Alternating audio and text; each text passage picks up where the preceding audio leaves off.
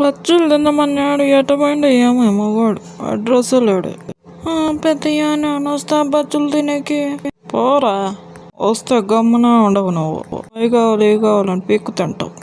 అసలు జీతాలు చాలక సస్తుంటాయి. అవును, సొప్పలు చించెట్టు కాయలు తీయగుంటాయి అబ్బా. తిందామంటే ఆ నరసప్ప చించెట్టు కింద పిశాసులో కూర్చొని ఉంటాడు.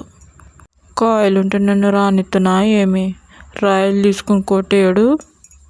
ఒక్కొక్క అమ్మకు ఒక్కొక్క కాయ కూడా ఉన్నాడు కొడుకు. వాడి మొహంలో మానవాడ.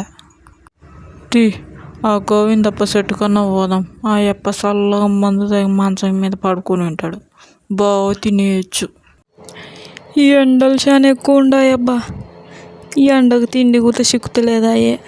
చాలా గట్టిగా ఉంది ఇదేమో. శంకరన్న నాకిన్నా తినరా, ఇక్కడ తిను.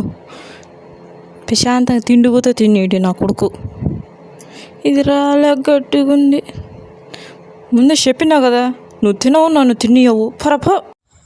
ఆ సురేష్ గారు చిక్కాళ్ళ చేతికి ఒక్కటికి పండు పెడతానని నా కొబ్బరి చెప్పి ఎతకపోతాడా వాడు? రాని కొడుకుని.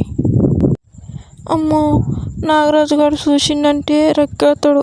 బెరిబెరిని తినేయాలబ్బా.